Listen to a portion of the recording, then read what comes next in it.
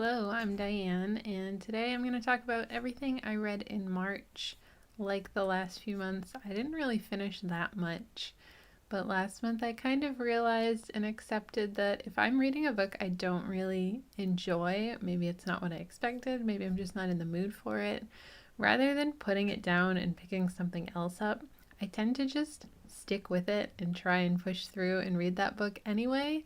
And it really slows down my reading pace, and it's kind of annoying and frustrating because I know I should just put it down and read something else, and there are so many other things I would rather be reading and probably would get through much faster. But I just am always hoping that the story is going to get better, and once I reach a certain point in it, I just really want to know where it's going. So last month I tried just putting books down no matter how far into them I was. If I wasn't having a good time, I would just set them down and read other things. I also was only really reading for half of the month. The first half of the month I was doing a lot of crafts and things. I hadn't done anything creative for a while. So I really just spent the week doing that instead of reading, and the last week of the month I was traveling, so I hardly read anything at all. So for 2 weeks of reading, I don't think the amount of books I finished or read any amount of is really that bad. Looking at it as a whole month without any of that context, it really looks like I read 2 books. So of the books that I DNF'd, I'm probably going to go back to each of these at some point when I'm more in the mood for them, just to finish them up. But the 3 books that I ended up DNFing during the month, the first of those was A Canticle for Leibowitz by Walter Miller. This was just boring. This is the only one I don't really know if I want to finish it, because I was kind of just bored the whole time. It is clearly leading up to something important, but it follows a monk. It's in the future, and monks are basically the keepers of all information, all research, and it's not really useful anymore, but they just maintain it so that it's not lost. And we follow one particular monk, and he discovers something that is significant for some reason. And I think I got about a third of the way through, and I didn't really get the significance of it, and I didn't really care that much about what was happening. The next book was Where Late the Sweet Bird Sang by Kate Wilhelm. This is also set in the future. It's a dystopian world where the world is not doing well because of what humans have done to it, and this one particular family has pretty much isolated themselves and built a compound, and they're just living their lives in isolation, trying to figure out a way to keep the human race going, at least as far as their family is concerned. And they find that there are some problems with this. They wind up developing a way to clone themselves to keep generations going, and they find out that there are problems with the clones. And we follow through a few characters as we cover a lot of time to get all of this background. And it just felt like a lot of background. It felt like none of it was really that engaging. It was, for the beginning part of the story, at least a large part of the beginning of the story, felt like it was just giving us background information until we got to one particular character who becomes significant. And it just felt like we were taking so long to get to a point where I really cared about any of the characters or what was happening to them, that I wasn't really sure if it was worth it to keep going or if something interesting was finally gonna happen. It just felt like too much background information, and none of it felt really that important to be described in such length. And the other book I DNF'd was Ringworld by Larry Niven. This follows a team. I think there's 3 of them, and they are sent to investigate this ring world. It started out really interesting. I actually got about 2/3 of the way into it, but then once they get there, there's just a lot of very detailed explanations of this planet that they're on, and things that are probably important but don't feel that important. It just felt like a lot of detail. I didn't really like the way that the characters' relationships were developing. It's like started out really strong and I was really into it, and then the further into it and once the actual mystery starts to unfold, I was just losing interest. So because I got so far into it, I kind of want to go back and just finish it and see what it was building up to. My interest was really waning by the time I got to the point where I stopped. So those are all the books I read different amounts of, and a pretty decent chunk of each of them actually, and decided they just weren't doing a whole lot for me. So I'll probably return to each of those at some point in the future, just because I want to know what they were leading up to. But I'm not sure when that will be for each of them. The one novel that I did finish is The Warm Hands of Ghosts by Catherine Arden.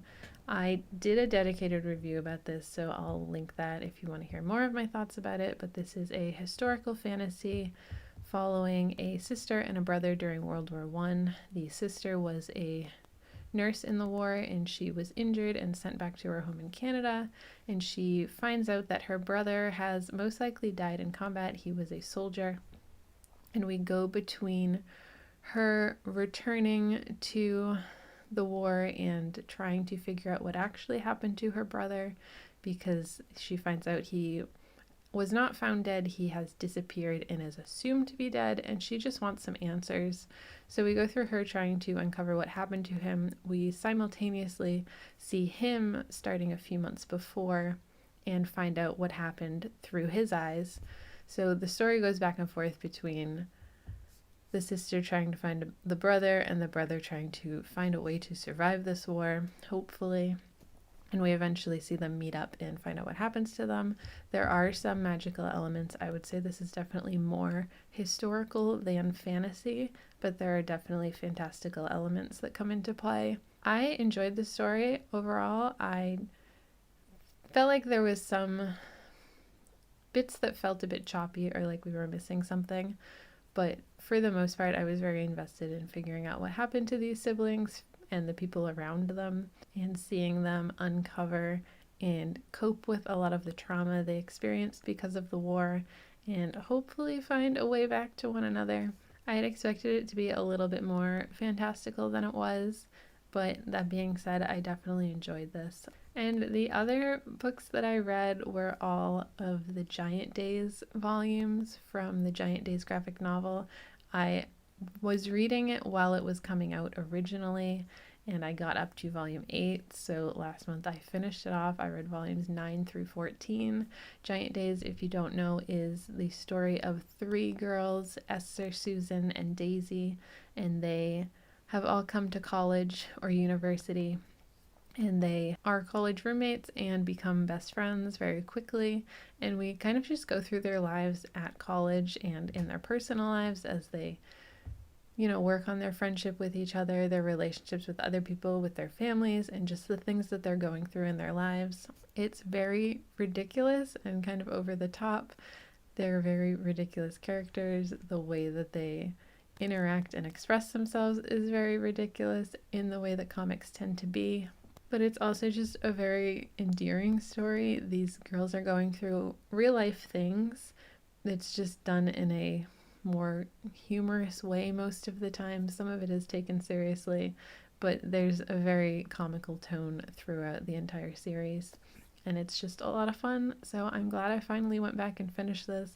I had always meant to continue with it and just fell out of it after moving a couple times. So that was a lot of fun to get back with those girls and see them finish, for the most part, their college experience and decide what they're going to do with their futures.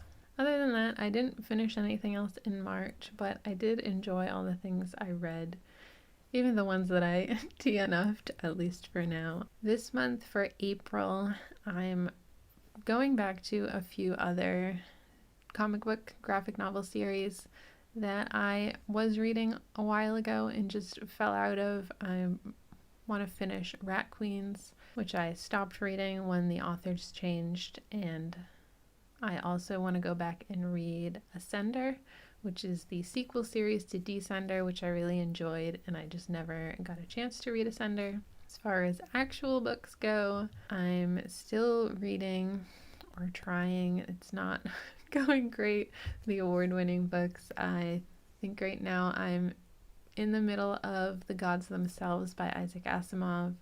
I also have Stand on Zanzibar, Babel 17, and I have something else that I can't remember. So hopefully I'll read all of those this month. I also just got Good Girls Don't Die and The Parliament, which are newer releases. Good Girls Don't Die, I think, is a thriller.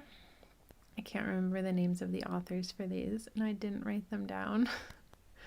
And The Parliament is about a woman who's trapped in a library with, I think, a class, and there are killer owls outside, so they can't go outside. Sounds very strange.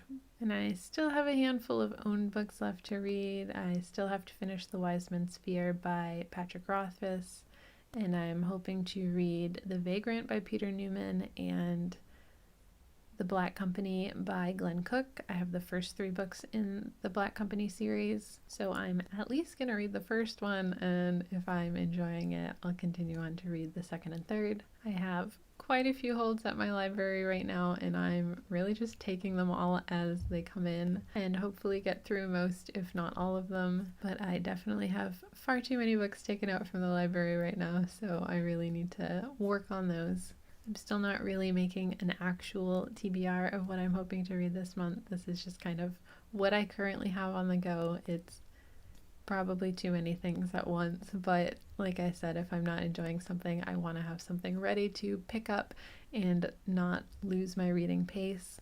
Let me know what you read in March, if there's any standouts for you. I'd love to hear about that. Otherwise, that's all for me today. Thanks for hanging out with me. I'll see you next time. Bye.